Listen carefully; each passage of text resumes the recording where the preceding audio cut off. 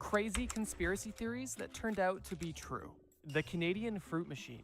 The Fruit Machine is an ambiguous name, but if you have a keen mind, you might have had a few assumptions on what it could have been about. But if you're still in the dark, let me give you its other name, Canada's gaydar, or Gay Detection Machine. That should paint a bit of a clearer picture. If I told you that the Canadian government in the 1960s came up with a strange device and a series of tests specifically made to identify gay men so that they could discriminate against them, you would call me crazy, right? Well, you're not alone, but unfortunately, you are wrong, and the Canadian government did exactly that. Let me explain. The whole point of this fruit machine was essentially to identify and remove homosexual men working in government roles, specifically in the military and law enforcement. During the 1960s, Dr. Frank Robert Wake developed a rather strange series of psychological tests with the purpose of, obviously, identifying gay men. How this machine actually worked was kind of hilarious and extremely rudimentary. Basically, all it would do is it would show you erotic images and say, essentially, gay buzzwords to see if your body had any sort of positive reaction to this stimuli.